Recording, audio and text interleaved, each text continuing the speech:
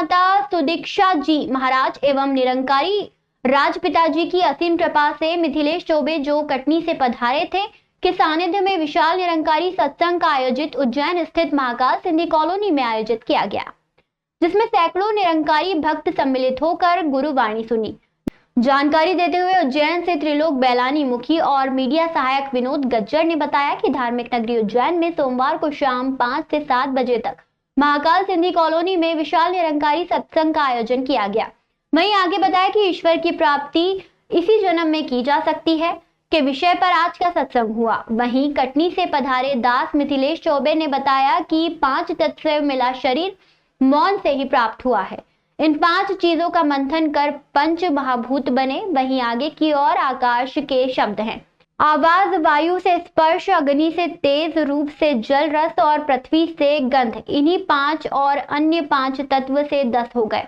इन 10 चीजों से मिलकर आत्मा बनी और जब ये सब एक साथ मिल जाए तो आत्मा चेतन हो जाती है और इससे चेतन आत्मा बनती है। अगर 5 ही माने तो छठे में आत्मा ही होती है। वहीं आगे धार्मिक नगरी उज्जैनी का महत्व बताते हुए बताया कि राम यहाँ आए, कृष्ण यहाँ आए, विक्रमादित्य जैसे महाप्रतापी राजा यहाँ आए और कालों के भी काल भगवान महाकाल भी यहाँ विराजित हैं। सभी भाव में परमात्मा विराजित है। श्री राम जी से लक्ष्मण ने पूछा, जीव क्या है, भ्रम क्या है, माया क्या है? जिस पर राम बोलते हैं, मोह माया भ्रम सब माया ही तो है, तेरा मेरा यही तो माया है। वहीं श्री कृष्ण का उल्लेख करते हुए कबीरदास जी का उल्लेख करते हुए बताया कि मनुष्य को 5 तत्व से मिला शरीर है जो मौन से ही प्राप्त हुआ है। इन 5 चीजों का मंथन कर पंच महाभूत बने, जिसमें आकाश से शब्द हैं, आवाज, वायु से स्पर्श, अग्नि से तेज रूप, जल से रस और पृथ्वी से गंध। इन्हीं 5 रूप से शरीर बना है और इनमें बनी है आत्मा। और आत्मा के 5 और तत्व मिल जाते हैं तो आत्मा चेतन हो जाती है और इससे चेतन आत्मा बन जाती है। वहीं निरंकारी सत्संग में सैकड़ों भक्त मौजूद रहे। जिनके युग से काल की गणना शुरू हुई, ज्योतिष शुरू हुआ, जहां पर पावन पवित्र जल की धारा छिपड़ा के रूप में प्रवाहित हो रही है और आज यही इस पावन भूमि पर सत्संग की भी गंगा बह रही है। इस भूमि का अगर हम जिह्वा से बयां करें तो शेषनाग भी वो थक जाएंगे। इस मानव जन्म के में आने का, मानव जन्म प्राप्त करने का जो मूल उद्देश्य है उसके बारे में जिक्र कर रहे थे। तो के लिए नहीं,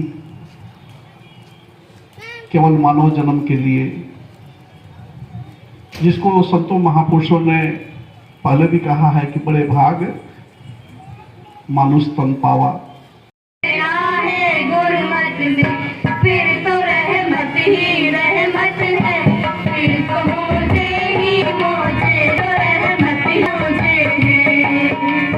ज्ञान गुरु का मिल गया हमें गुरु की रहमत से, ज्ञान प्रभु का मिल गया हमें गुरु की रहमत से। देखिए, ये मानव जीवन जो मिला है, सभी जानते हैं कि 84 लाख की दुनिया में उत्तम है और परमात्मा ने इस जन्म को इसलिए दिया है तो हम इस जन्म को पा करके स्वयं की पहचान करें, यानी आत्मा की पहचान करें। आत्मा ही अजर अमर अविनाशी है। ये शरीर जन्मता और मरता रहता है, परंतु इसको न जानने के कारण हम अपने को जन्मना मरना समझ लेते हैं और अनेकों प्रकार के दुखों को सहन करते हैं, दुखों में उलझे हुए होते हैं। तो एक तो हम जब इसकी पहचान कर लेते हैं, आत्मा की पहचान से ही परमात्मा की पहचान, जिसको हम नो दाई सेल्फ भी बोलते हैं, स्वयं को जानो, आत्मा की पहचान करो, तो आत्मा की पहचान से परमात्मा का पहचान हो जाता है। और जहाँ आत्मा की पहचान होती है, परमात्मा की पहचान होती है, वहीं पर हमें जीने का एक सलीका, एक मानवता, सब में हम इसी रूप को देखने लग जाते हैं कि सब में एक ही परमात्मा है। तो जब हम सब में एक ही परमात्मा को देखते हैं कि एक ही नूर है, एक ही परमात्मा है, तो हम सबसे प्यार करते हैं, सबका आदर करते हैं, सबका सत्कार करते हैं। तो इस प्रकार से एक मानवता का गुलदस्ता सजता है और मानव से प्यार करता है, आदर करता है, सत्कार करता है और एक जीने का भी एक सही सलीका आ जाता है कि हमें किस प्रकार से मानव बन करके जीना है। धार्मिक नगरी में अपना श्री राम जी के बारे में और श्री कृष्ण जी के बारे में बताया, किस प्रकार से बताया और क्या संदेश दिया? चाहे भगवान राम आए या भगवान कृष्ण आए, जितने भी अवतारी पुरुष हुए हैं, वो हर युगों में, जैसे अभी वो विचार भी सुन रहे थे कि जब जब हुई धर्म की हानि, तो जब जब भी धर्म की हानि होती है अर्थात मानवता लहूलुहान होता है, छलनी होती है, तब तब ये परमात्मा किसी न किसी रूप में इस धरती पर आ करके मानवता को स्थापित करता है, धर्म की स्थापना करता है और जीने का सलीका सिखाता है कि हमें मानव बन करके जीना है, सबसे प्यार करना है। भगवान राम भी आए तो किस प्रकार से जब वनवास हुआ तो वनवास के दौरान कोल भीलों को, निषाद को गले लगाए, सबड़ी के जूठे बेड़ खाए। इसका उन्होंने संदेश दिया कि हमने जाति पाति जो बनाई है, ये जाति पाति, ऊंच नीच, अमीर गरीब, ये भेदभाव जो है परमात्मा ने नहीं बनाया। उन्होंने तो सबको एक ही रूप में पैदा किया, मानव के रूप में पैदा किया। लेकिन हम वास्तविक सत्य को न जानने के कारण हम फिर जाति पाति का भेदभाव, अमीर गरीब का भेदभाव, गोरे काले का भेदभाव करते रहते हैं, स्वयं भी उलझे होते हैं, दूसरे को भी दुख देते जाते हैं। सदगुरु माता सुदीक्षा जी की सत्संग जी सानिध्य के सदगुरु स्वरूप हमारे महात्मा कटनी से आए थे और जो ईश्वर की प्राप्ति की जा सकती है इसी जन्म में की जा सकती है, उस विषय पर आज का जो है सत्संग रहा कि इस मानव जो तन मिला है, इस मानव तन को किस तरह सफल बना के इस पार ब्रह्म परमात्मा की प्राप्ति की जा सकती है। लेकिन कब होती है कि जब सतगुरु मिल जाते हैं, उसका जानकार मिल जाता है, तो पहचान करा सकता है।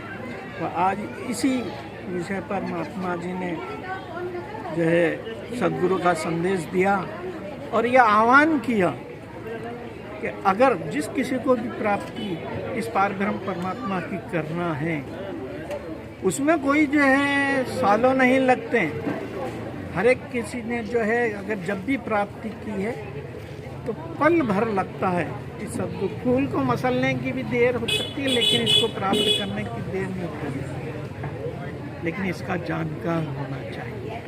कहाँ पर आयोजन किया गया और कितने ये निरंकारी सत्संग भवन मक्सी रोड पर क्या कहते हैं, वैसे हर संडे को इस पार ब्रह्म परमात्मा को शुक्राना करते हुए इसकी भक्ति की जाती है और ज्ञान भी दिया जाता है, इससे मिलाया भी जाता है। अगर हमारे में जिज्ञासा है तो मक्सी रोड 5% निरंकारी भवन में। और आज महाकाल सिंधी कॉलोनी में सदगुरु स्वरूप हमारे कटनी से महात्मा मिथिलेश जी चौबे जी आए थे। अपार रहमतें सदगुरु के संदेशों की दी और किस तरह से जीवन और किस तरह से भक्ति प्राप्त की जा सकती है, वो सत्संग जी सिखलाई दी गई। यही संदेश, यही जो है त्रिलोक दिलानी।